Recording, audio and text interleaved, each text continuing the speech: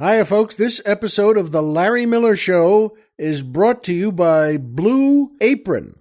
Check out this week's menu and get your first 3 meals free with free shipping by going to blueapron.com/Larry. You're going to love how good it feels and tastes to create incredible home-cooked meals from blueapron.com/Larry. And now, live from Level 5 Productions on the island of Milleronia, it's The Larry Miller Show.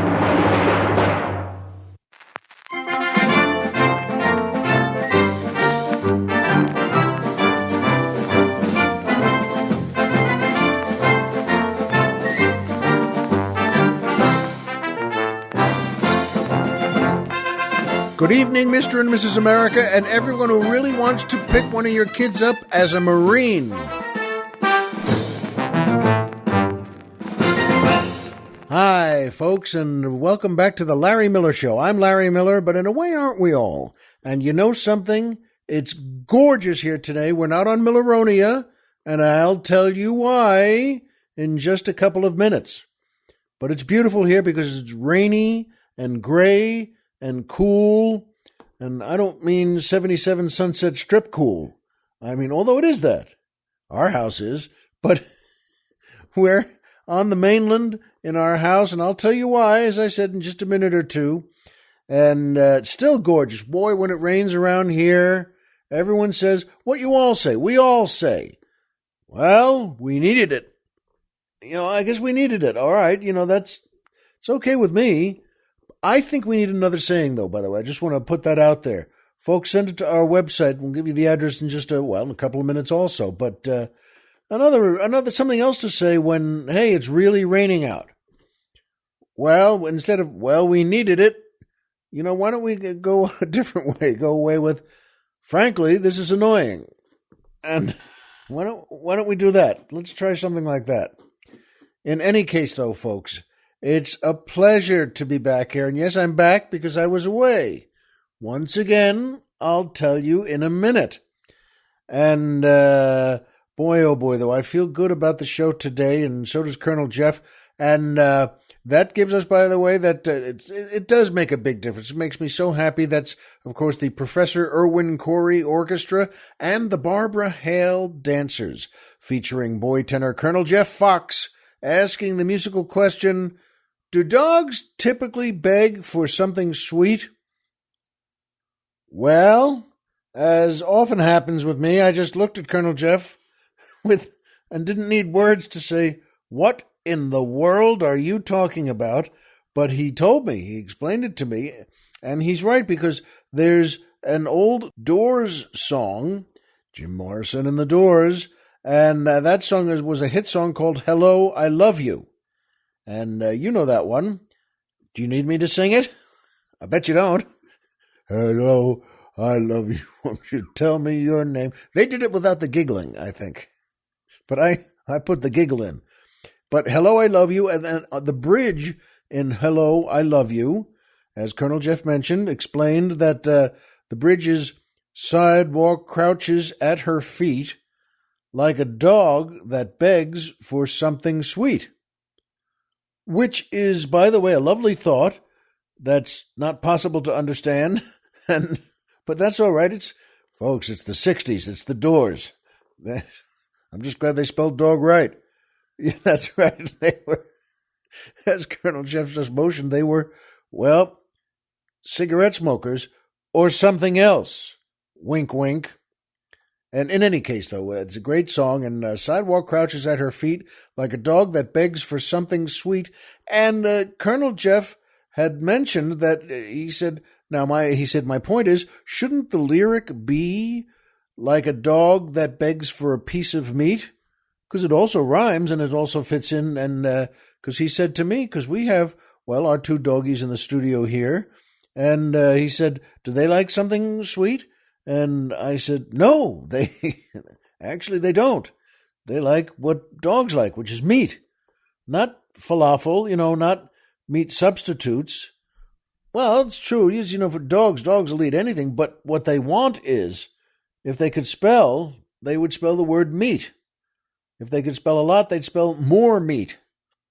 So, you know what?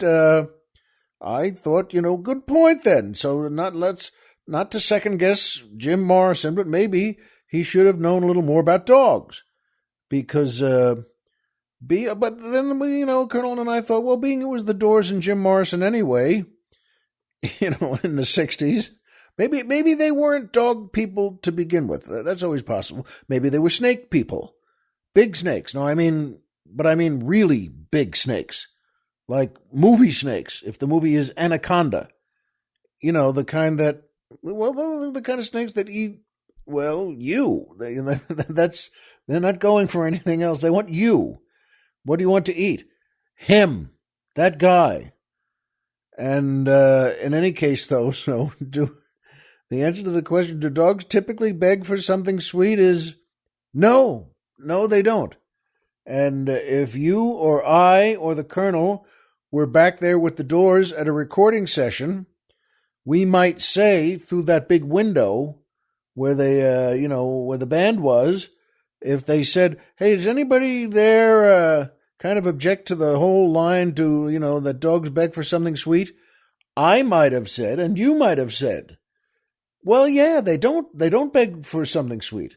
And if the point was well taken, then I'll perhaps that would have been the last time we were on the other side of the glass at a Doors recording session.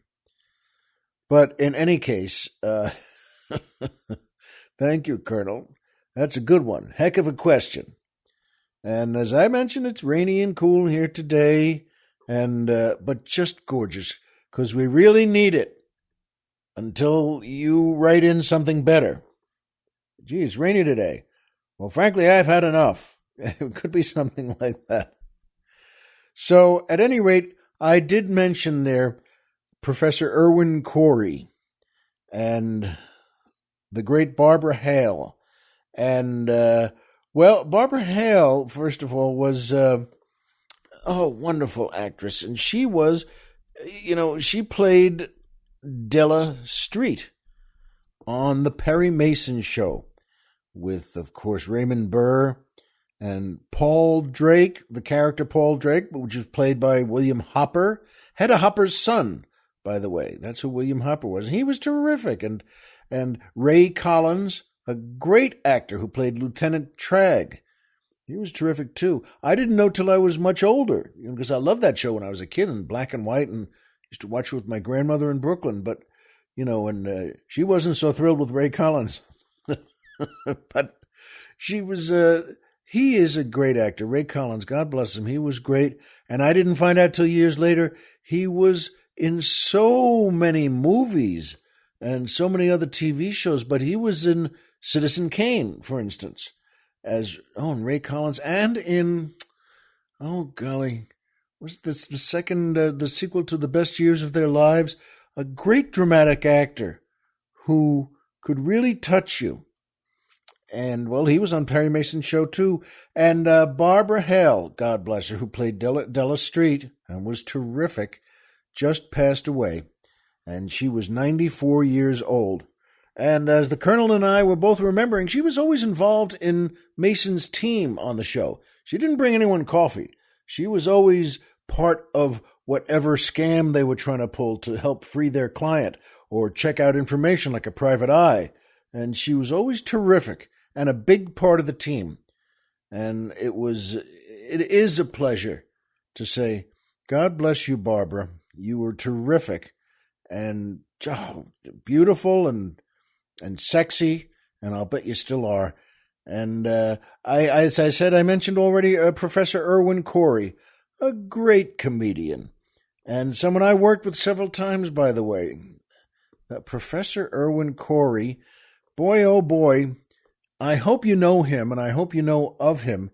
He was always, he made his hair a little wild, and he wore a tuxedo, always wore a tuxedo, but not like a maitre d' tuxedo.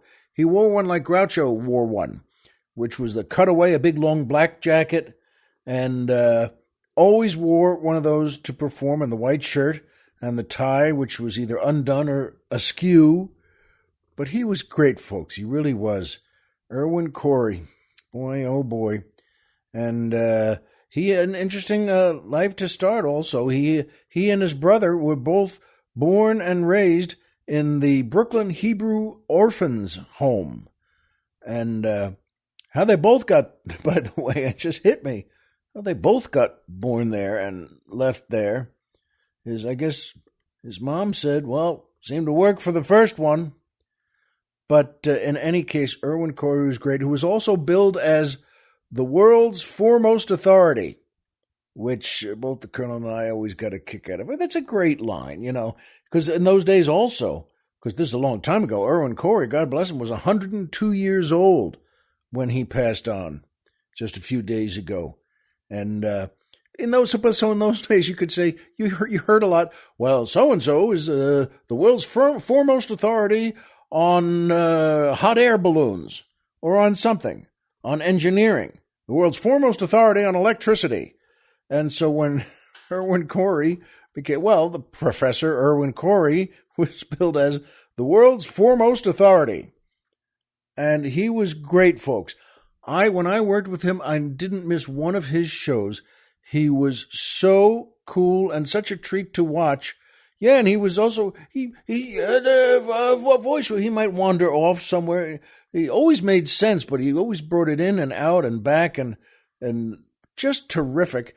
And I was telling the Colonel, I always remembered the first part of his show, the opening of his show was always the same that I saw him do it. And I never missed it. He would come out, he'd be introduced, please welcome Professor Irwin Corey. And he'd come out, and the microphone is in the stand there, and he'd just loosen the handle on the microphone there and lower it a little bit or raise it a little bit. And then he'd, kind of look at it and just raise it a little bit too again. And there's nothing out of the ordinary. But he would just, do that. And then he'd check the angle of the mic in the stand there. And folks, he did that for about 4 minutes every night to open the show. And I mean, after a while, well, God bless him, he was a funny man anyway. He wasn't making faces, by the way, and he wasn't doing anything silly or slapsticky. But nothing wrong with those things, by the way, in comedy. But he was just changing the mic, the stand. He would take the mic out of the stand and pull the cord out from the back of it and just look at it, make sure that looked all right. Then he'd plug it back in, put the mic back on the stand. Folks, he went on, and 4 minutes is a very long time. If you think about it, it's very long.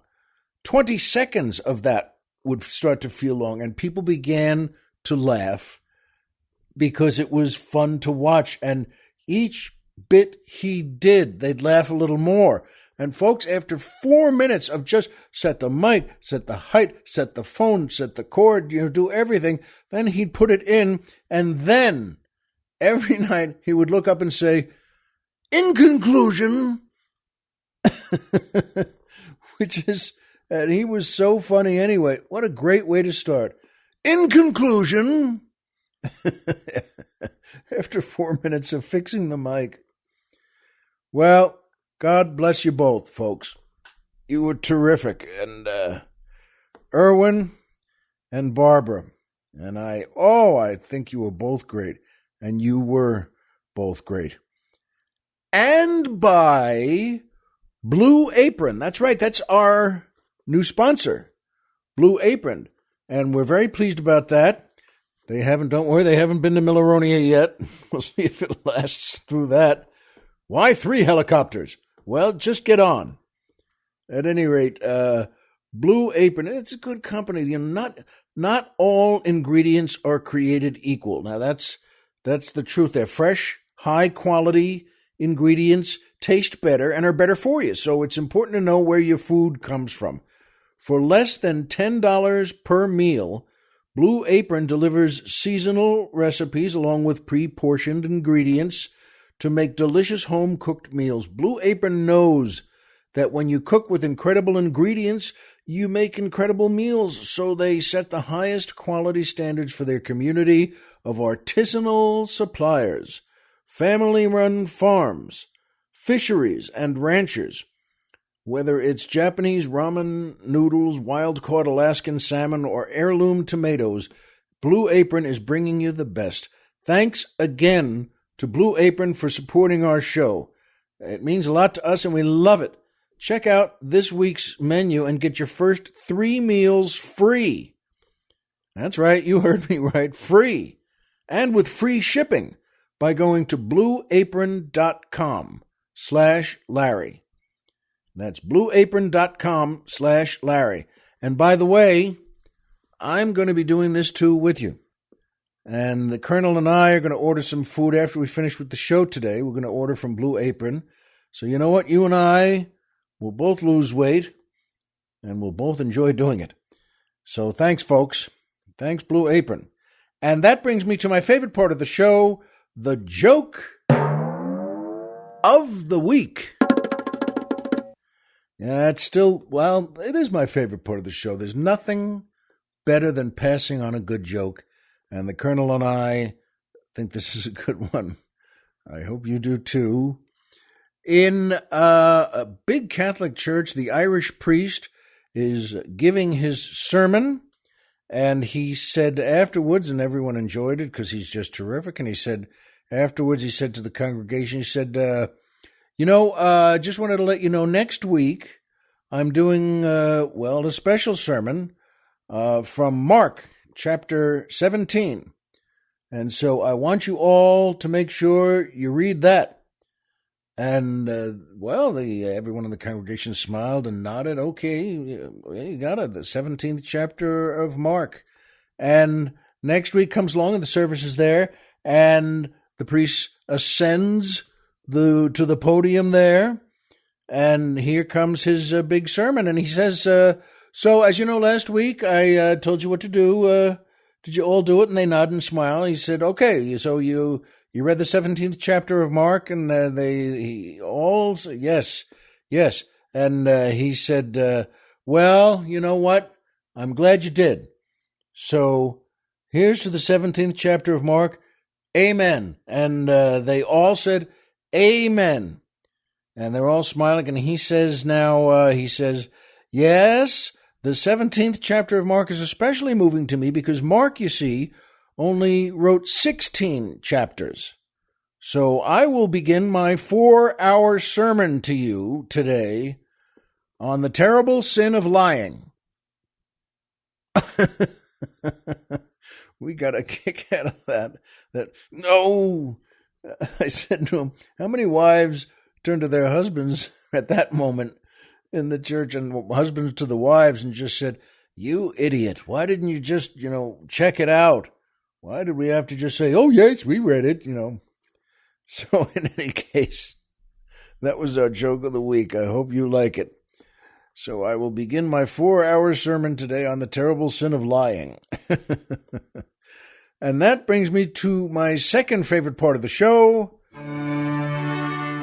the Poetry Corner.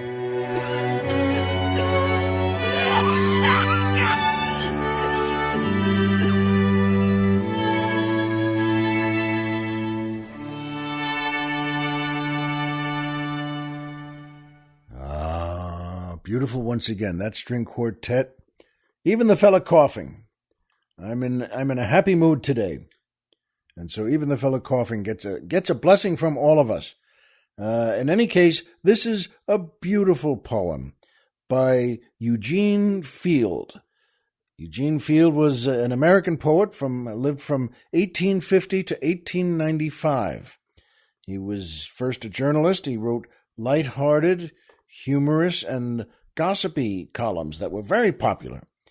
But he also wrote poetry, and he wrote largely poetry for children. So he was very well known. People loved this guy, and he became known as the children's poet. So here we are, Eugene Field's wonderful poem called A Valentine to My Wife. Accept, dear girl, this little token, and if between the lines you seek, you'll find the love I've often spoken, the love my dying lips shall speak. Our little ones are making merry o'er amorous ditties rhymed in jest, but in these words, though awkward very, the genuine articles expressed. You are as fair and sweet and tender, dear brown-eyed little sweetheart mine, as when a callow youth and slender I asked to be your Valentine. What though these years of ours be fleeting? What though the years of youth be flown? I'll mock old Tempest with repeating, I love my love and her alone. And when I fall before his reaping, and when my stuttering speech is dumb, think not my love is dead or sleeping, but that it waits for you to come. So take, dear love, this little token, and if there speaks in any line the sentiment I'd fain have spoken, say, will you kiss your Valentine? Isn't that lovely?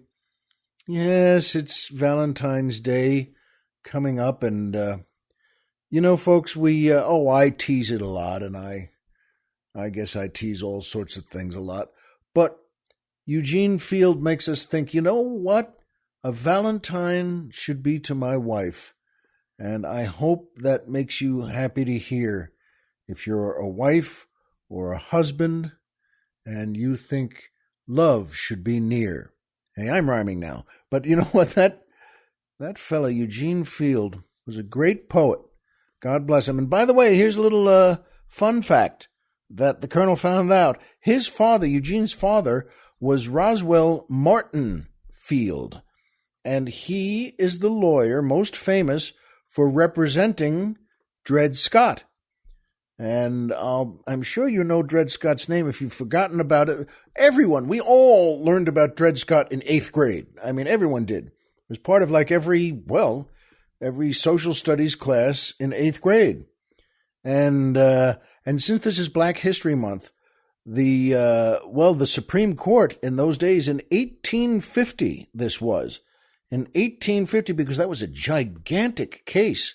And the news of it got all over the country because Dred Scott was a slave who had escaped, and to the many years later, he was living in the North. He was a free man, and he had a house there, and he was found because the investigators and the trackers, so to speak, from his family, the family that owned him in the South, set these guys up there. They said, find Dred Scott. And they did. And so, you know what, by the way? That became one of the reasons it became famous, and not just Dred Scott, that the Supreme Court said, it went all the way to the Supreme Court, and they said, since he is of African ancestry, then in 1850, neither he nor any other person of African ancestry can claim citizenship, so he didn't have standing to bring a suit. This is, what made it very famous. And Dred Scott was returned to his owners, to the family down south that had bought him and his family. But they were all freed just a few years later, 13 years later, when an American president named Abraham Lincoln wrote something known as the Emancipation Proclamation. In fact, the Dred Scott case is often called the lawsuit that started the Civil War. It was huge then, folks. And, big enough that you and I all learned about it in 8th grade.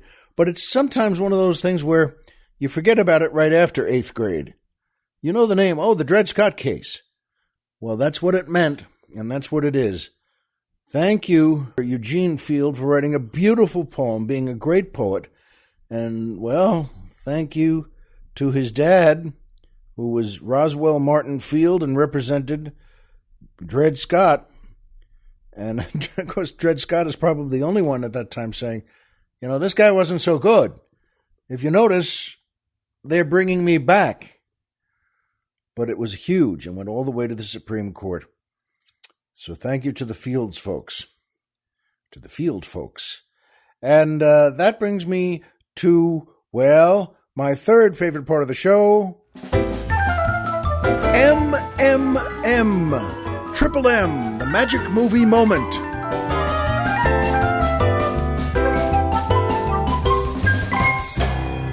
This is a terrific movie, folks. I hope you've seen it.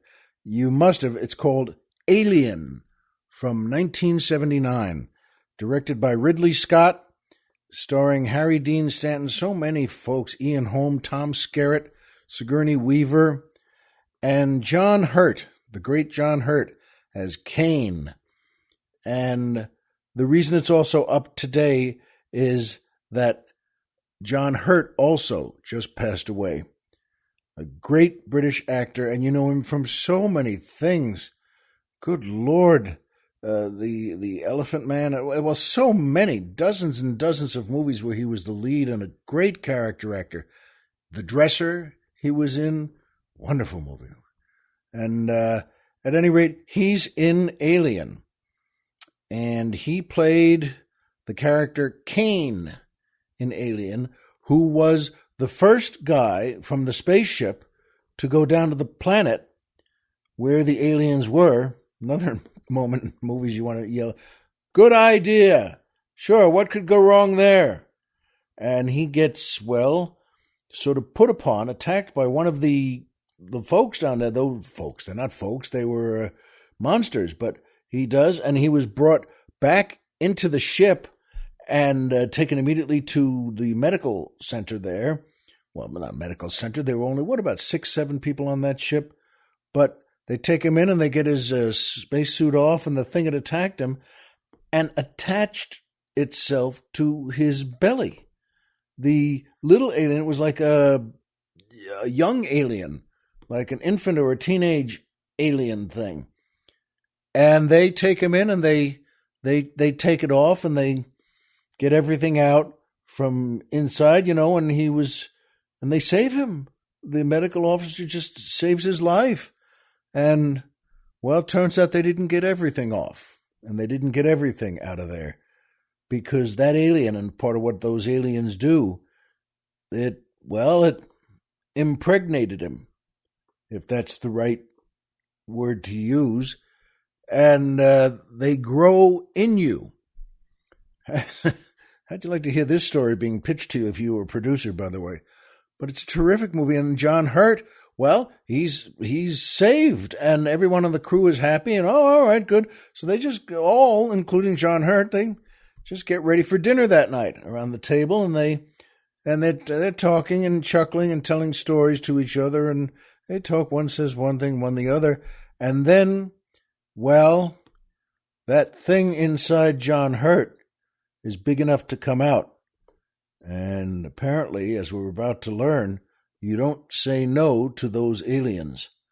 And he started to react as this thing inside him.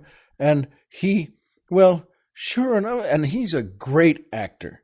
John Hurt, God bless him. He really, you're not horrified or frightened as much as you're thinking, what is going to happen now?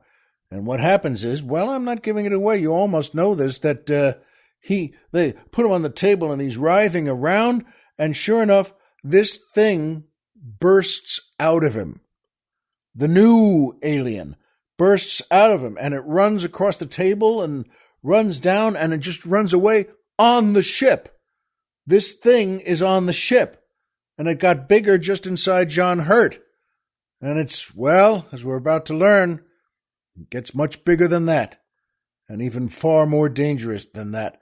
But that, well, that's all in the movie for John Hurt. Him going down to that planet, him being in the operating room, and then him being at that dinner table. But boy, he's great at it. And John Hurt's death scene at the dinner table is, as the Colonel was mentioning, well, that's one of the iconic scenes of American movies. Or in this case, British movies, as I said, directed by Ridley Scott. And by the way, my friend Paul Reiser was in the second one, Aliens, where they're going to go back to the planet. And the great Sigourney Weaver, who's the only one who survives the first Alien. And she was shown to be, by the way, as as she's going to go back to sleep in that spaceship in the first movie after and then she realizes before she puts herself out in the case that, that knocks you out, that she realizes she sees the alien. One of them is on the ship still. And it's not small, and it's not friendly. And she realizes that she's got to fight it and get it off, and she does. Amazing job that she sees. We suddenly realized the whole world did how tough she was and how strong she was and could be. And she fights that alien and gets it. Well, ultimately, after a great fight scene, she gets it and pounds it off the ship out into space. And as I told Colonel Jeff, and he already knew, any man would know this, that another thing that, God bless her, Sigourney Weaver got known for was she was, wearing, just sort of a small white T-shirt and white panties, not big ones either. I mean, just white panties, and she's the only one alive there, and she was about to go put herself in the thing to go back to sleep for the whole journey home. But just wearing that and seeing her fight in that, folks, I hope you remember this, but she was gorgeous and so cool, but tough and cool pretty. And she's surviving, she's fighting, and she's winning. And she's gorgeous. I mean, Colonel Jeff knew and I knew. There wasn't one guy who saw that part of the movie and didn't say, hold on a second here. Just 1 second. She's great. You mean she's a great actress? Yes. She's a fabulous actress. But look what she's wearing. And she was as gorgeous as anyone has ever been in, a similar situation. In any case, though, and so my friend Paul Reiser was cast in the second one, in Aliens. And it was shot in England. And we all, as part of our New Year's Day celebration, Seinfeld and Mike Caine and me and Mark Schiff, we went to England because that's where Reiser was filming, to see him for our New Year's Day celebration. In any case, folks, God bless them all. Holy mackerel. I mean, Professor Irwin Corey, Barbara Hale, and John Hurt. What a great actor who brought us all so much. And he's passed on too. I hope you like Alien, and I hope you see it again. And when you do, you'll know how much good acting John Hurt put into that great death scene at the dinner table. And, I'll be honest, the reason I'm here in town on the mainland and not on Milleronia, which I love, as you know, because I control the weather, but the reason I'm not there is because my older son came back from the Middle East. He's a Marine, and he was deployed there for 6 months, and he and a lot of his other mates that he trained with, and he was coming back. He came back, just a couple of days ago, and we already had plans. My wife was very sad because she couldn't go. She had to work. She couldn't go with us to get him. So my other son, our younger boy, took off from school for a couple of days, and he and I drove down to just outside San Diego. There's a lot of Marine bases there, and I'm sure you've heard of Camp Pendleton, which is a very big base. That's a lot of Marine land down there, and it's wonderful. The times I've been on it, wonderful places to go to. And I don't know how you are, but whenever I go onto a military base, and especially in this case, a Marine base, when your son's a Marine, it means a lot. And I always talk very clearly to the guards at the gate. I don't know why. I always, because they're Marines, they're tough guys, and it's a very important post to be at that gate, the main gate at Miramar. And he had another Marine with him there in the little booth, and we pulled up in the car. This was at night. Well, first we drove down there to San Diego. which was wonderful. It's great to be with one of your kids and just down there. And, well, it was a beautiful day. It reminds you, by the way, that that's a longer drive than you think from Los Angeles to San Diego. And that's fine, nothing wrong with that. But we could stop a couple of times in case someone needed to use the washroom, the restroom. Oh, you know, that was me, by the way. Then we could grab a little bite if we wanted there, and whether it was at a restaurant or some McDonald's or something, and just get up. Oh, that's right. In fact, my son noticed as I pulled into, it was an Oriental sushi place in a little mall there, mini mall on the way just off the freeway. And I always buy something when I do that. When I don't want to just go in and use someone's restroom. I always then say, you know, when you walk in and they say yes, and I say 1 second, I'm going to order something in 1 second, but first I need your bathroom. And so I did. I used the bathroom. I can handle that part. That part I understand. And so do you. But then you wash up and walked out, and I got an iced tea for the next part of the trip there. And as I said, I wanted to get something. I didn't want to get a tray of food because how are you going to walk into the car again with a tray of Japanese it was Japanese rice and, well, the little things that are kind of gooey. And so they gave me the iced tea, but my son noticed as I got in there, I said, hey, it's iced tea. You want a sip? He said, no, thanks. And I started to take a sip. I just took half a sip, and he said, Dad, I don't know if I'd drink that if I were you. And I said, why? What's wrong? Because I'm always willing to be suspicious at the drop of a hat. He said, why? What? What'd you see? What'd you hear? What? And he noticed, though, the restaurant got a B rating and had the B sign in the window. And you know what? I don't know. I like those folks in there, but, well, if it's a B, who knows? You know, I said to him, you know, you're right. It's probably not worth, rolling the dice and, you know, getting down to a Marine base saying, it's lovely to see you. Can I throw up? But, boy, we got down there, had a lovely ride, got back on the freeway, had a terrific ride. We're staying at a Holiday Inn Express, which was wonderful. We always kidded around about those because why Express? I don't even know now, by the way. What does the word Express mean? A Holiday Inn is fine. You know, we happy to stay there. And it was just, you know, a half mile, a third of a mile away from the entrance to the Marine base where my son was landing with all his fellow Marines coming back from the Middle East. And I'm being just still vague again because I think I might have mentioned once his commander had asked me when they went not to mention where they were. And that's, I don't know about you, but when a Marine colonel says something to you, you take it seriously. And you don't just say, oh, that sounds silly. What do you mean? No, it doesn't sound silly to me. At any rate, so we got down there, the Holiday Inn Express, where, of course, you only sleep 20 minutes because it's express. I still don't know what that means. But, folks, each little part of this was terrific because we were going to pick my son up that night. He was landing at 10 p.m. that night. And now, after our drive down, it was about 4:30, 4:45 when we got there, when we got in our room. And it's nice. It's a Holiday Inn, Express or not, which I still don't understand. And I said to him, well, and we unpacked. We were only going to be there one night.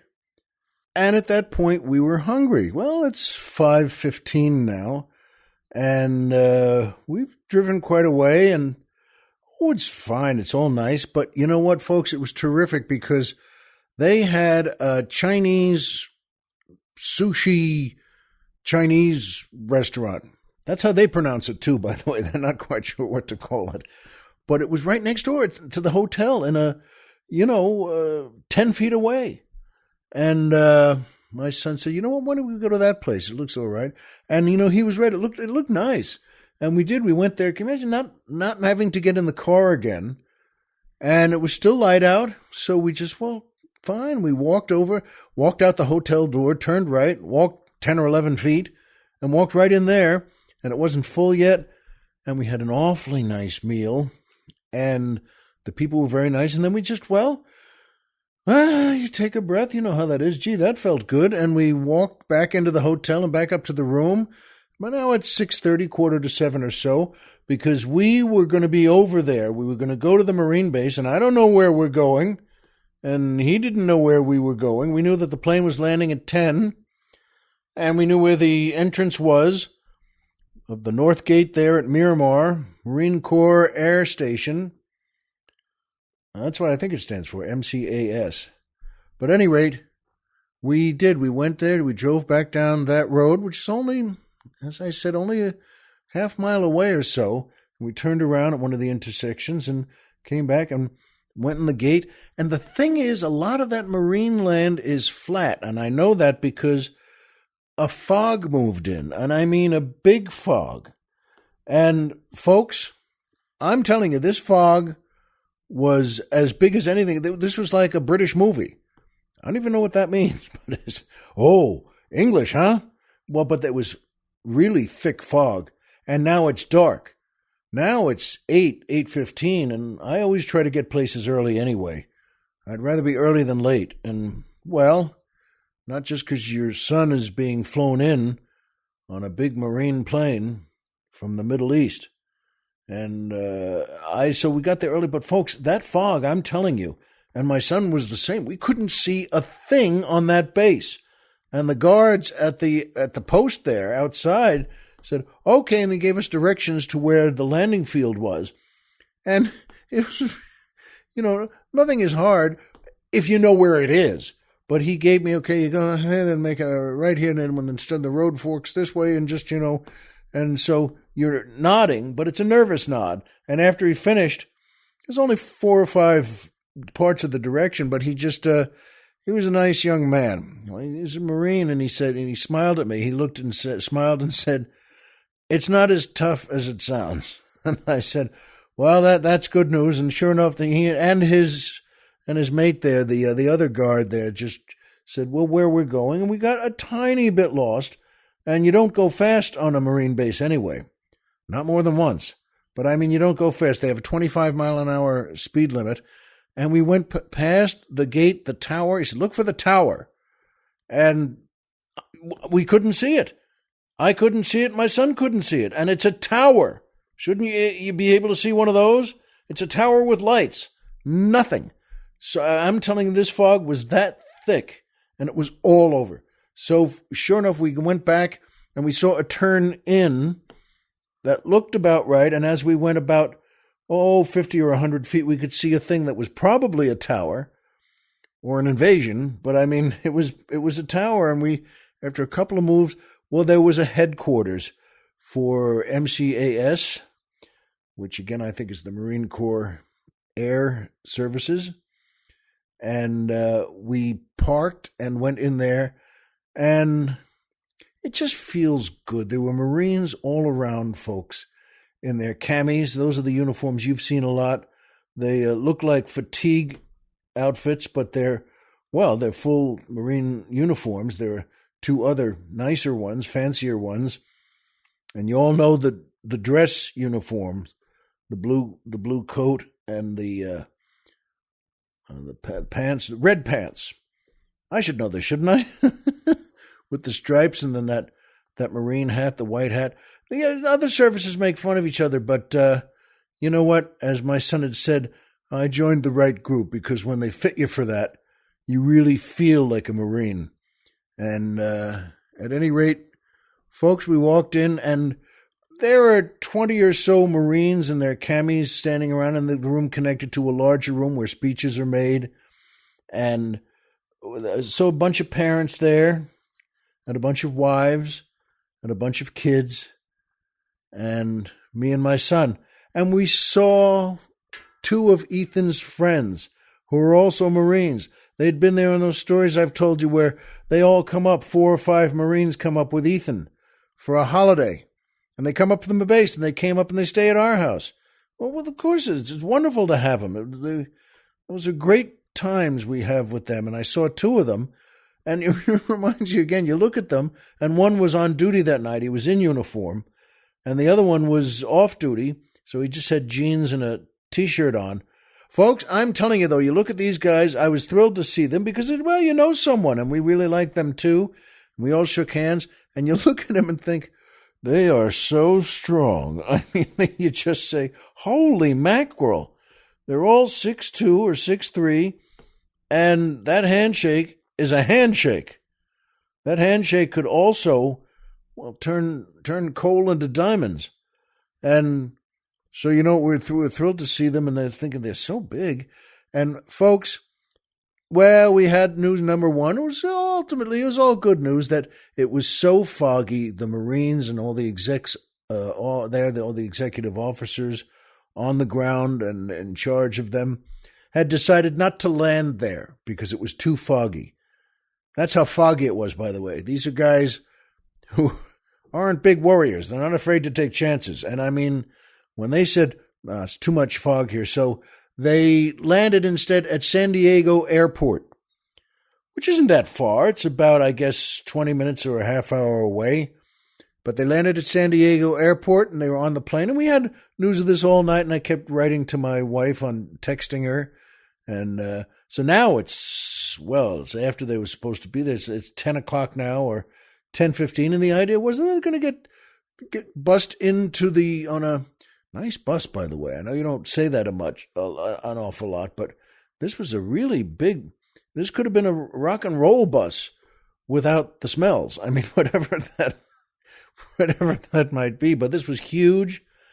And folks, I'm telling you, when they about 11:30, when that bus pulled in, and we all knew it, and it's out on the tarmac. This is a Marine landing area and a Marine base. And folks, it wound up being, well, just like a Tom Clancy movie, and where the families are all waiting out on the concrete there. And whether the plane, in this case, a big Marine bus, came on and slowly drove down, well, the whole expanse. And we were all so excited. And there were families there with signs that they had made, and that was very meaningful. Signs that said, Daddy, which were drawn in magic marker on some oak tag by a kid. Very moving, though, because of that. And there were several wives we saw who had made a sign too, nicer signs, much nicer. They put out, they went to an art store or something and got tape so they could really cut out letters, and they looked like great signs. And, well, one of them said there's a woman with a little baby in her arms. And I mean, this was a newborn baby, just a few months old. And her sign said, it was made for the baby, of course, I've been waiting a long time to meet you, Dad. And folks, I'm sitting here now and my eyes are filling up, because if you don't feel like crying when you see that, when are you? And I looked at her and the baby. I've been waiting a long time to meet you, Dad. So that, as the colonel said, that's how you know something. Well, you know something about our armed services and about Marines. My son wasn't the only one who was in the Middle East. They served there. They're fighting there. And this one Marine had missed the birth of his first kid. But he was there tonight. The kid was, and his wife was, and that sign was, I've been waiting a long time to meet you, Dad. And there was another sign, was a woman who was had one baby in her arms and two others kind of clutching at her dress there, two. So she had three, and she had made a sign that said, you better have 1,000 kisses for your missus. And again, that's just making me tear up now, because I think that's very clever. I think that's very smart. What a great line. You better have 1,000 kisses for your missus. And they were all gorgeous. And these wives, of course, were, well, everyone was looking forward to seeing these fellas get off that bus.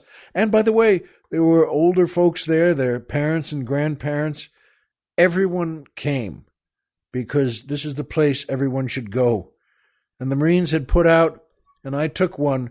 We'll take a picture of it and show you on Facebook, of little American flags, because that's what I thought would be part of it too, that each family has a flag to wave, a little flag, when their sons get off that plane or off that bus.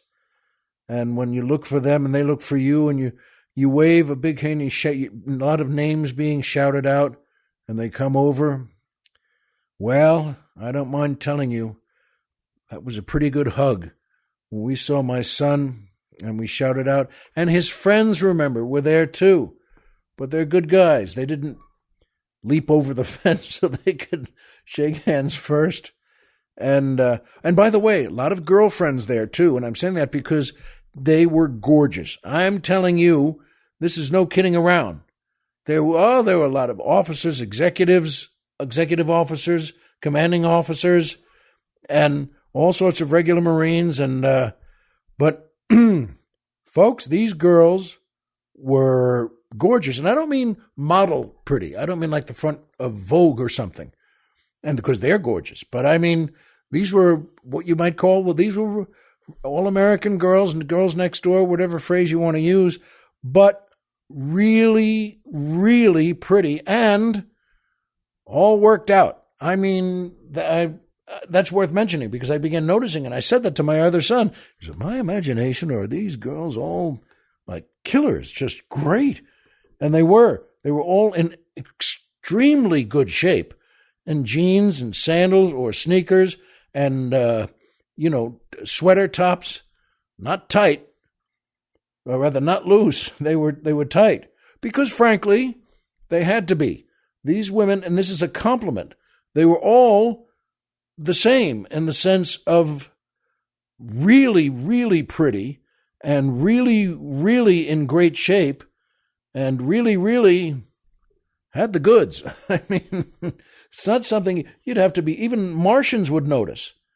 And they were all there, and there was a lot of, well, hello going on, before they even got out, before they landed. But you know what? They were all friendly, and they were all polite, and they all smiled, just like the Marines. They're good people with good souls. And everyone was out there, and when that bus pulled up, and his friends McNeil and Sackett, and who had been up here, and will be up here again, and another couple that we know there, they're friends of his, and they're engaged now. She's a Marine too, and her father was a lifetime Marine and is still serving. And she said he was traveling a lot. And as you can imagine, the word travel doesn't mean just going to see the Eiffel Tower. It means traveling to do a very tough job. And, that's the way, as I said, polite, friendly, they all smiled, but they were tough as nails. And when he got off, well, it shows you something also, that after we hugged and we took some pictures, and so we could send them to my wife, and because she was still up, and now it's about 11:45, I guess almost midnight, and boy, oh boy, we were the, by the way, the last ones to leave there, that, because, folks dash out pretty quickly, and we were the last one to, my son and I, and my other son, the Marine, and it reminded me, I started laughing because I said, when your mom and I were dating, and sometimes we'd go to bars, sometimes, but I said we were always called Last Call Millers because we were just having fun at the bar. But I mean, even when we decided, okay, time to go, we were always the last ones there. where the bartender was already spraying that stuff on the copper bar to clean it. And there's another Chinese guy with the big sweeper that's doing the floor. And so I said, look, for good or ill, that's what you come from. So, of course, here to pick him up after all those long flights to 3 different countries to get home. And they were pretty tired, and he was pretty hungry. But we got all his stuff that my other son had brought that was still at our house here, all his marine stuff.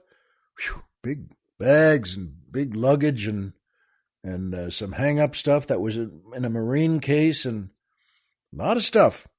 And, folks, it meant the world. And we drove off, and we took him to his barracks, and his friends were there, and his friends and my son helped him cart up that stuff from the car, and I spoke to my wife on the phone. I was waiting in the car because it was pretty crowded. There was no parking spaces there, so I just pulled up next to a curb. They call them curbs, don't they? But I mean, and they came back, and he wasn't going to go out to dinner. He had to unpack because he was starting his debriefing the next day, which takes a handful of days because, as you can imagine, this is serious stuff. And they were all well. They were all healthy. No one was killed. And, well, there was a couple of wounds, but not the kind that will get anyone to stop being a Marine. And it meant the world. And we were going to go get together for breakfast the next day, the 3 of us. And, well, that was the idea because his debriefing was starting at 1 PM. And we actually missed him because we were up and we had packed and we were ready to go. It was not a really big deal for us. But he still had his phone alarm on Middle East time. So after unpacking all his stuff and putting it away and hanging it up in his barracks room, and after his friends who were helping him, after his friends brought over, well, a couple of bottles, not beer either, and he brought one back from Ireland, 12-year-old Jameson's, which made everyone there smile and say, by the way, all right, good going. I mean, who wouldn't smile at that? Come on, if you're looking for whiskey, if you're going to try whiskey for the first time, or the 11th, if you're going to do that, who wouldn't want Jameson's, for crying out loud? And they're not a sponsor either. Sure wish they were. Even Colonel Jeff is his mouth is getting dry now. Folks, it means a lot. And the next day before we left, I went over to get my oil changed. I got up early. See, this is the thing, and I told the people at the hotel, they were very nice. There was a nice young woman behind the desk. This is about 7:30 in the morning, the day after he got in. And she said, I said, do I have to get the oil changed now and get the tires inflated? Because, well, the light was flashing on the dashboard. Come on, how irresponsible do you have to be not to get that done? And she said, you have to do it now? And I said, you know what? My son, the corporal, can take care of the tough stuff for you and me and our family. But Big Daddy can take care of getting the oil changed and the tires inflated. And I did. You know what? There was one little thing that makes you laugh, that she was so sweet, this young woman behind the counter, the desk clerk at the Holiday Inn. And I mean so sweet. And I couldn't quite understand what she was saying. She had kind of a thick accent, like a Spanish accent. Now, I'm not teasing now. I'm saying that it was not understandable. It was, but I didn't want to say. I just kept saying, I beg your pardon, or just kind of shaking my head. And she was very sweet, and she'd repeat it. And I knew where it was an Audi dealer, and we have an Audi. And so I went down there, and folks, they were so sweet too. And I'm telling you, they must have had 30 female employees who looked exactly like the Marine girlfriends. I don't know what San Diego is like. I really don't. I think it's a great city. I've worked there many times. But I'm telling you, Folks, their grandmothers all wanted to get into the movies, and they moved to Southern California, and they all settled down there. If they didn't get in the movies, they got married, they fell in love, got married, and had kids. And these are the kids, the granddaughters, and I'm telling you, you could give them Oscars just for how pretty they were and how shattering their figures were.